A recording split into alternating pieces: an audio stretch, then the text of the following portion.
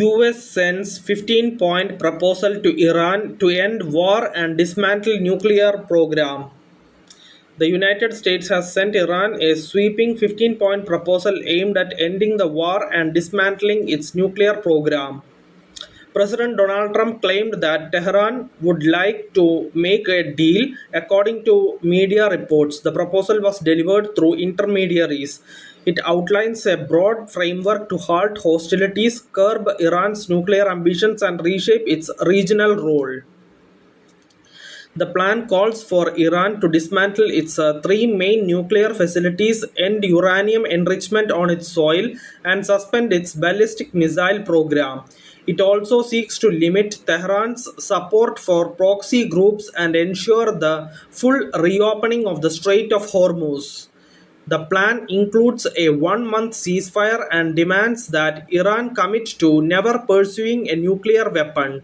It requires Tehran to halt enrichment activities and hand over all enriched material to the International Atomic Energy Agency under an agreed timetable.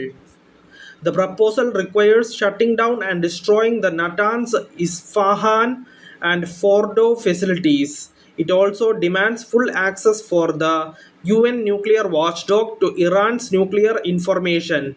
On the regional front, the proposal pushes Iran to abandon its proxy strategy and halt funding and arming of such groups.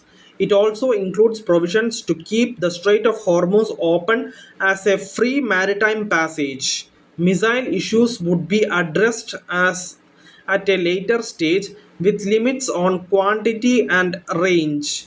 The plan further proposes restricting Iran's military capabilities to self-defense purposes only.